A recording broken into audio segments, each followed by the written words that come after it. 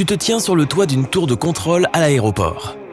Tu vois un énorme avion qui se prépare à atterrir. Il passe en trombe au-dessus de ta tête, mais tu n'entends que le sifflement du vent. Le premier bruit que fasse l'avion est le rèclement des pneus sur l'asphalte. La raison en est que cet avion géant fonctionne à l'électricité. Il n'a pas besoin de brûler des tonnes de carburant. Et le bruit qu'il fait en survolant la ville n'attire pas l'attention des passants. Mais les ingénieurs prévoient que les avions entièrement électriques n'apparaîtront pas avant 2 bonnes décennies. Pour l'instant, le 787 Dreamliner, qui peut transporter 310 passagers et qui n'émet aucune pollution, reste un doux rêve pour les concepteurs. Remontons le temps jusqu'à il y a 140 ans. En 1883, un passionné d'aviation français a réalisé le tout premier vol électrique. Il a équipé son dirigeable d'un moteur à l'électricité.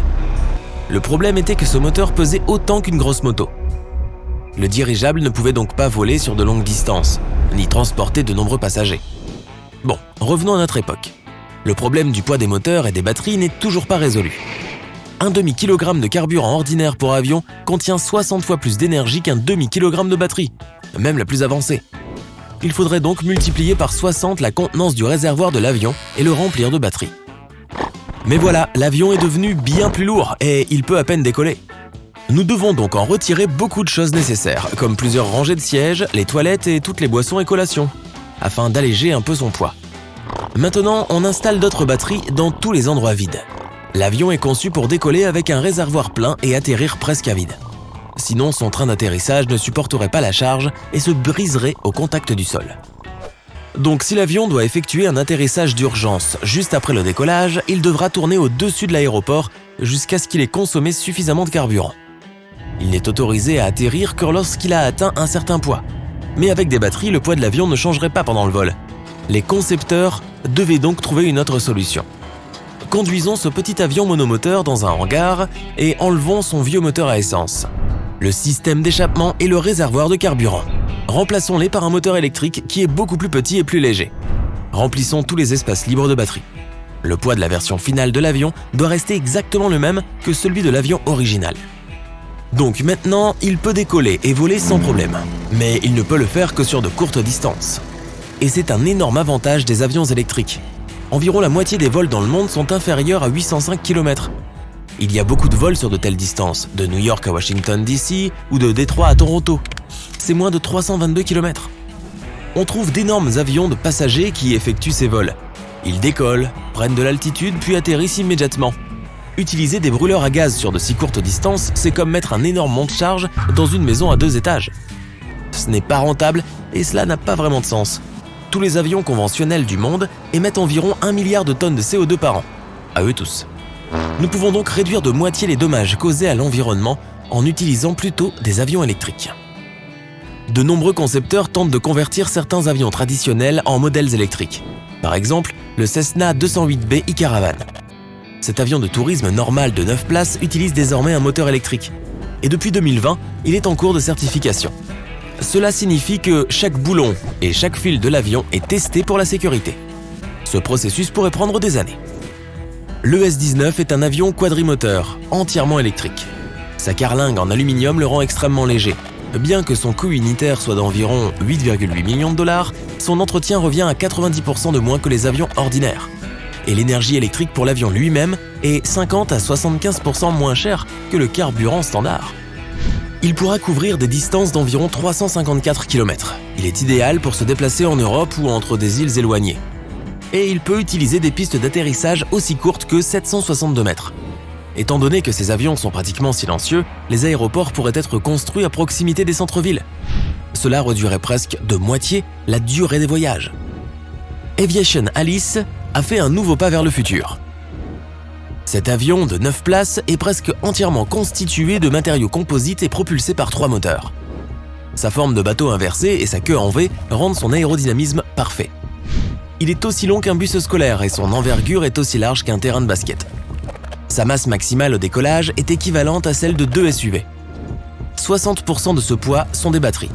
Cela lui donne la capacité de voler sur des distances d'environ 998 km. C'est plus que la distance entre New York et Détroit. Le meilleur atout de l'Aviation Alice est son aspect économique. Faire voler 9 passagers et 2 membres d'équipage à pleine vitesse coûtera environ $200 par heure. Pour les avions conventionnels de la même classe, comme les Cessna et Beechcraft, ce chiffre serait environ 5 fois plus élevé. Le problème des vols de courte distance peut être résolu par un réseau d'aérodromes abandonnés aux États-Unis. Il y a près de 2000 de ces derniers et environ 5000 aéroports publics. Chacun d'eux peut être équipé d'une station de recharge, comme une station-service. Une demi-heure passée à une station de recharge pour Alice équivaudrait à 1 heure passée dans les airs. Ainsi, pendant que les passagers descendent et montent et que leurs bagages sont chargés, l'avion peut accumuler suffisamment d'énergie pour voler. Ainsi, les petits avions conviennent pour un taxi aérien ou un jet privé. Mais il faut au moins 20 avions, comme l'Aviation Alice, pour remplacer un véritable Boeing 737 de 180 passagers. Le prix d'un appareil électrique est de 4 millions de dollars. Cela fait donc 80 millions de dollars contre 100 millions de dollars pour un Boeing. C'est donc un autre point pour Alice. Zunum Aero a essayé de construire un avion électrique pouvant transporter 50 passagers. La société a d'abord opté pour un avion à 12 places, le ZA-10.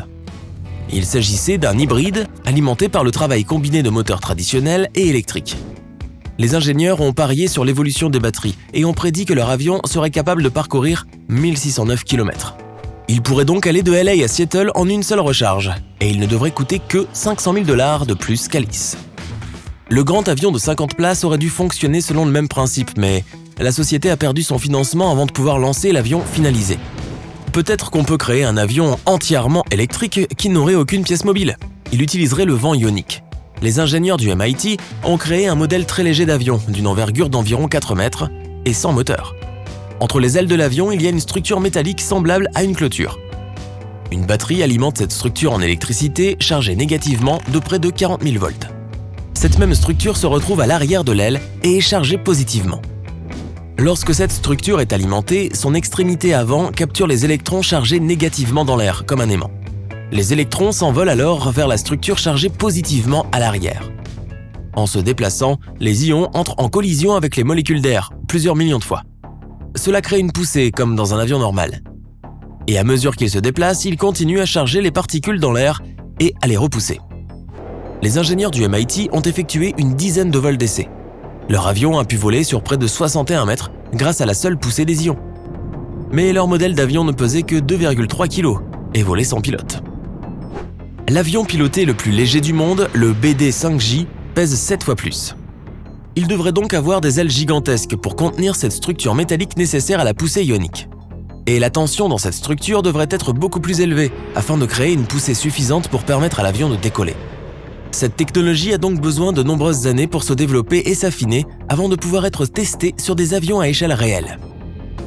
À l'heure actuelle, l'un des systèmes de moteurs électriques les plus fiables et les plus économiques consiste à travailler avec des hélices ou des turbines traditionnelles. Un avion peut utiliser un moteur électrique pour un décollage rapide et silencieux. Il prendra de l'altitude et quittera l'espace aérien d'une ville densément peuplée. Puis il démarrera les moteurs principaux qui fonctionnent par combustion de carburant. Cela permettra à l'avion d'atteindre une vitesse élevée et de voler sur une longue distance. Pendant ce temps, la dynamo alimentée par le moteur principal rechargera les batteries de l'avion. Au moment de l'atterrissage, les moteurs principaux s'arrêteront et l'avion se posera de manière totalement silencieuse grâce à son moteur électrique. Ainsi, nous nous dirigeons progressivement vers des avions entièrement électriques et silencieux. Nous pourrons alors rapprocher les aéroports des centres-villes. Cela permettra de gagner du temps et de réduire la quantité de gaz nocifs émis dans l'atmosphère terrestre.